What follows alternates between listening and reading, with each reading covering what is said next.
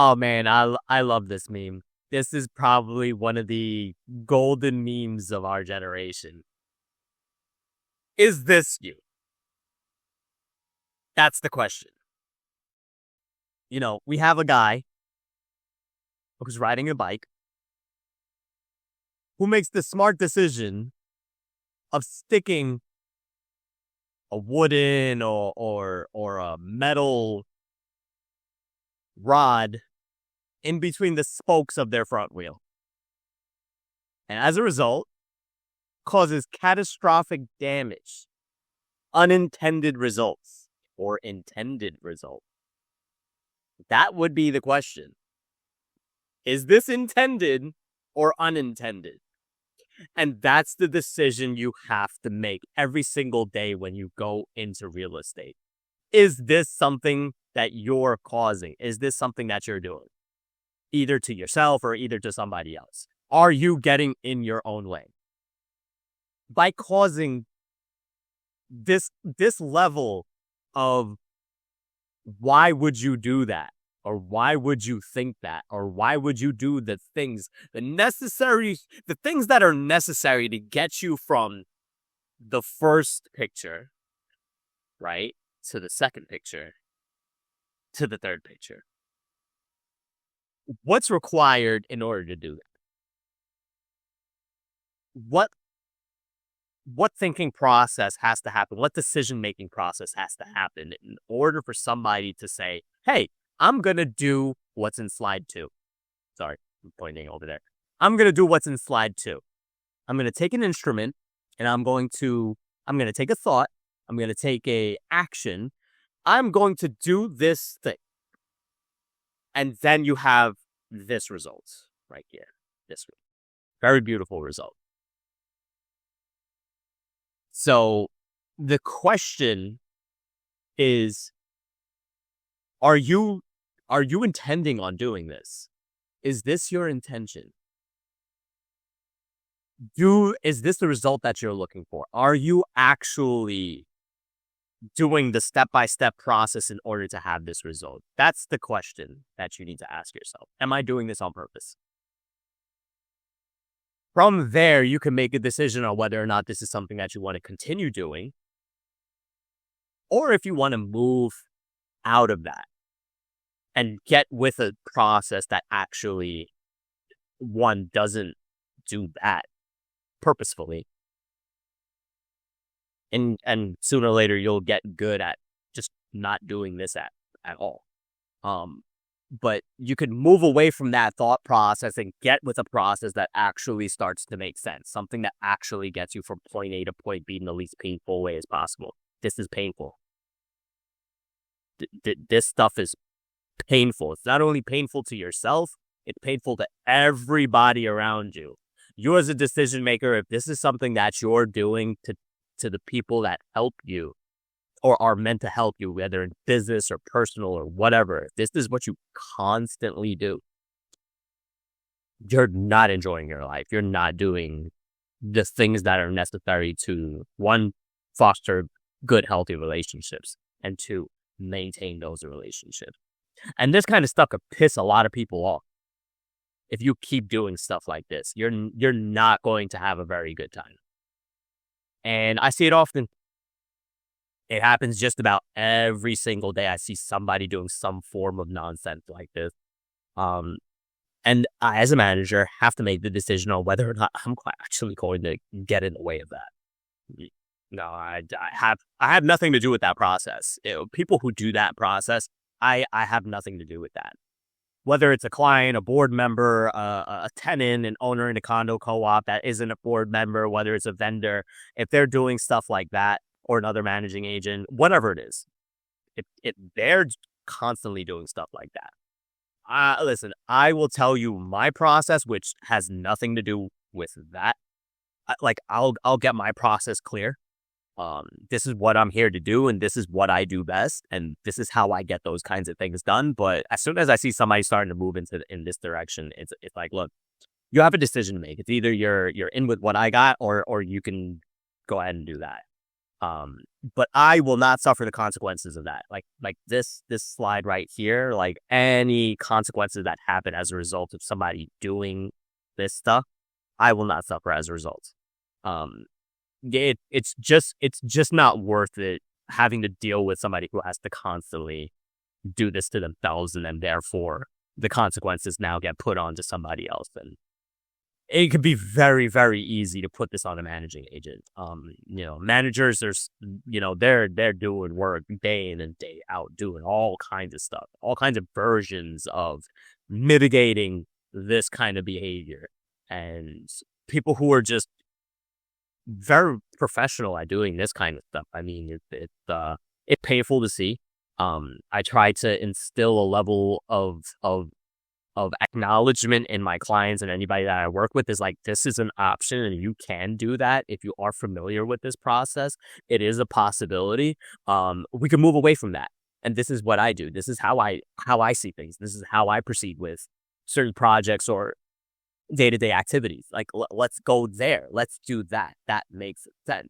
However, clients will tend to fall back on the level of training that they provided for themselves over generations, but it does end up like this. And these are the kinds of things that decision makers, if this again, if you're as a decision maker for a property, if this is what you constantly do, you're not going to have a good time. There's no amount of money that would make somebody want to consistently work with people who do this. People will get burnt out so quickly having to deal with that kind of stuff. I love the meme. I mean, it absolutely says so much. I think there's so much of this going on in the world. People constantly have the whatever processes that necessitate this kind of behavior. The best thing that managing agents can do in these kinds of scenarios, or just any agent in general, is just stay out of it. Just stay out of it. Make it aware that's like, look, I'm familiar with this kind of stuff where, decisions sometimes don't work to your benefit. And honestly, the only thing that really can happen as a result is X, Y, and Z, catastrophic failure or a small water leak that goes, unresolved in the first, 20 minutes. We just don't know the extent of somebody's self-harm that they're going to do when it comes to this kind of behavior. But managers, get out of the way of this kind of thinking. If this is something that you're familiar with, don't do it anymore. Just get ahead of it. Like, you could step out of this stuff and you could get with something that actually makes sense.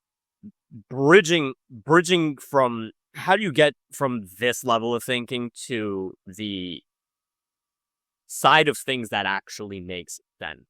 That gets you from point A to point B without this, or this just at a very, very controlled environment. Like, yeah, we might take some losses and it's gonna look like that. At least you could plan for the fall, instead of actually just doing actions and then saying, ending up like this, like, not like this guy.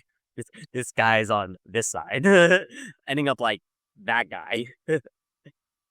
But, what is it that, what questions do you need to ask that help you get clarity on exactly where your processes are? What is it that you need to understand about yourself to determine whether or not you're doing this kind of stuff, or you're doing that kind of stuff? And it really, really depends on, what questions that you have to ask. Let me see if I think of you and leave you guys with some thoughts. I mean, am I hurting anybody as a result of me getting what I want? I mean, that's a interesting kind of question. We could break that down into several million different ways. For example, me getting new business does not mean that I hurt somebody intentionally by taking money out of their mouth. Yes, that is true. Like, there's a managing agent out there that sent a proposal that lost the bid because I won. And the vice versa. Somebody out there submitted a bid and won and I lost.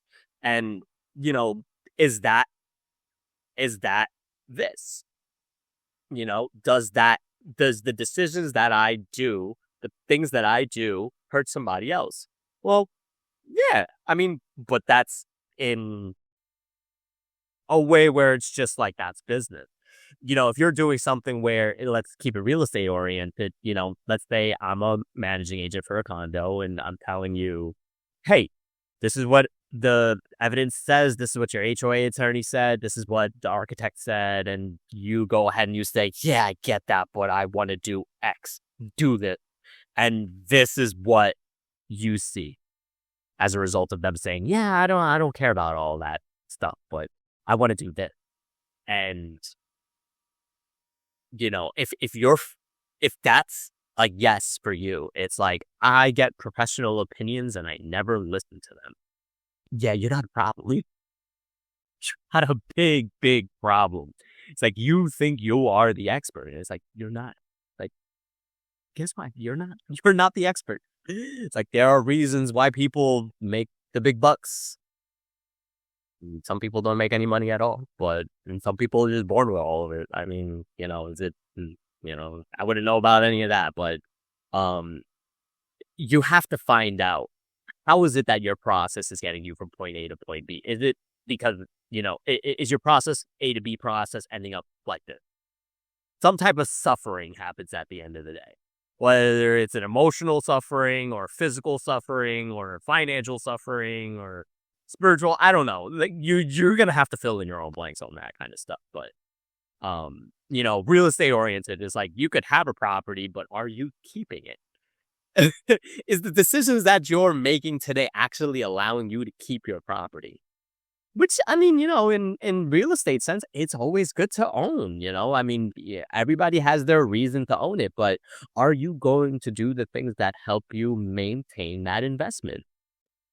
Whether it's a single family house or a multifamily house or a condo or a co-op or a commercial property, are you doing the things that help you maintain? Are you listening? Are you listening to your managing agent? When he speaks or she speaks, are you listening? These are the kinds of things. It's like, I don't care what my managing agent says. 9 times out of 10, this is the foolery you're staring down this path. Like you're it. You are this. It's like, I don't listen to my attorney. I don't listen to my managing agent. I don't listen to my wife. I don't listen to my spouse. Yeah, sorry, fellas. Yeah, I can't help you with that one. That's a lot more. That's a course I'm not willing to teach. It's a course I'm still learning about.